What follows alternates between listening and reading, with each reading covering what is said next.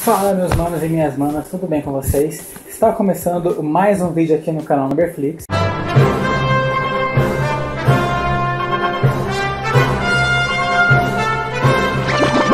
E dará continuidade sobre os assuntos que a gente já vem tratando sobre calorimetria. E na aula passada, passamos para vocês conceitos de calor latente e calor sensível, correto? Fizemos exercícios sobre calor sensível e para quem ainda não viu, clica aqui no card que vai te levar para o vídeo onde a gente resolve esse exercício. Hoje entraremos mais a fundo no que conhecemos como calor latente e capacidade térmica dos materiais. Então já deixa o seu like para nos ajudar, compartilha com todo mundo aí, com a mamãe, com o papai, com o seu bichinho de estimação, com o seu vizinho, e é isso aí, beleza? Ajuda a gente compartilhando conhecimento com quem precisa. Vimos que o calor latente é o calor utilizado para realizar a mudança de estado físico de uma substância de um estado sólido para líquido, do líquido para vapor e assim por diante. Tá? Quando isso ocorre, vimos que a temperatura se mantém constante em todo o processo, beleza? Se liga nesse mapa mental que a gente colocou isso lá no nosso Instagram. Para ver mapas mentais como esse e muito mais conteúdo, siga a nossa página no Instagram e nos apoie, beleza?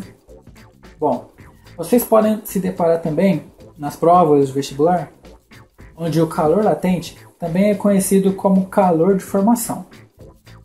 Esse calor, assim como o calor sensível, pode ser positivo se o corpo recebe o calor e negativo se ele cede calor. Por quê? Pensa na equação Q igual a mc delta T. Delta T é a temperatura final menos a temperatura inicial, certo? Se a temperatura final for menor, o corpo cedeu calor e o valor de Q será negativo. Caso contrário, se T final for maior que a temperatura inicial, o valor de Q será positivo, certo? Então, se liga só. Nesse gráfico a gente está colocando aqui na tela para vocês. Olha só, a gente separou esse gráfico em 4 regiões distintas. Observe aqui na região 1, na primeira região, e na terceira, a temperatura varia. Se a temperatura varia, e se você se deparar com um gráfico assim na prova de vestibular, a região 1 e 3, ela corresponde ao calor sensível, certo? A região 2 e 4, a temperatura se mantém constante, e se a temperatura se mantém constante, como a gente viu no mapa mental e na aula anterior, este calor fornecido para ocorrer a mudança de estado é denominado de calor latente. Acho que já ficou bem claro, espero. Tanto que eu já falei isso aqui no canal e nas nossas mídias sociais, tá? Então vamos supor, por exemplo, que a gente está falando do material, por exemplo, uma substância que é a água, tá? A região 1 do gráfico, como ela está uma temperatura abaixo de zero, a água está no estado sólido. Quando ela chega em 0 graus Celsius, a gente coloca que a região 2 compreende o calor latente responsável pela fusão do material, certo? A região 3, então, o material já passou de todo o estado sólido para o estado líquido e a temperatura varia. A gente continua aumentando o calor fornecido, pressa aqui no eixo X. Para a direita ele aumenta, então a gente vai fornecendo calor, a temperatura vai aumentando. Quando a gente chega em 100 graus Celsius, a gente começa o estado de ebulição e a gente entra na região de número 4. Significa que a temperatura se mantém constante, calor latente de ebulição. Ficou claro, pessoal? Então é o seguinte, para a gente calcular o calor latente de uma substância, basta a gente dividir a quantidade de calor que a substância precisa ganhar ou perder para mudar de fase pela massa m da mesma. Ou seja, a gente tem que o valor de L, que é a constante do calor latente, é a quantidade de energia necessária para que 1 grama da amostra mude de fase. Ou seja, expressa em kilojoules por quilograma ou calorias por grama. Beleza? Então, ouviu falar de ebulição? É o calor que faz a substância ebulir por completo, tá? Ouviu o calor de fusão? É o calor necessário para que todo o material mude de sólido para líquido. Calor de solidificação tem o sinal oposto ao de fusão, porque o material está cedendo calor e se solidificando. Entenderam?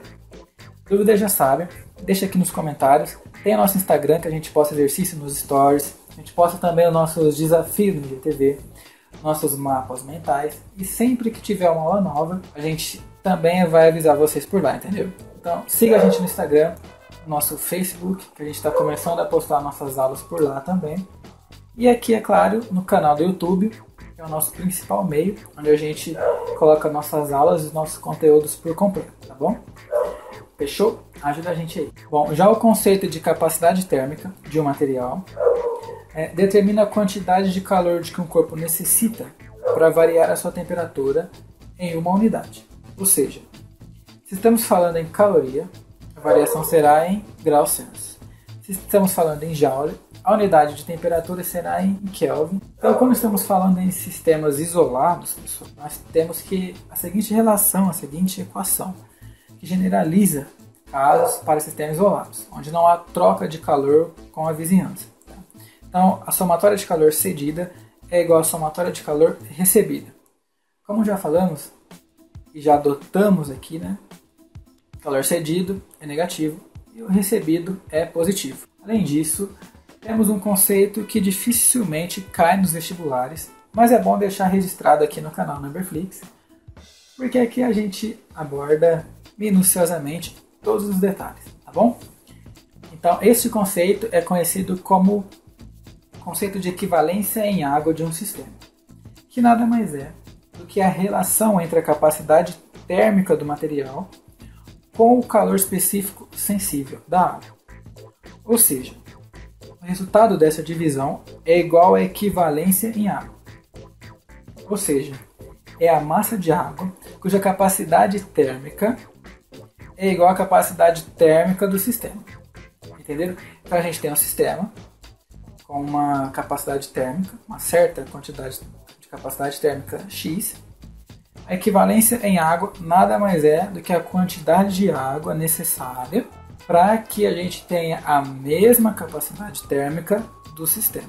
Então, para fechar a aula de hoje, temos aqui essa relação entre capacidade térmica e o calor específico C igual a massa vezes o calor específico sensível, beleza? Na próxima aula a gente vai iniciar nossos estudos em transmissão de calor e condutibilidade térmica. E conceitos aí também de fluxo de calor. A gente se vê. Valeu, um abraço.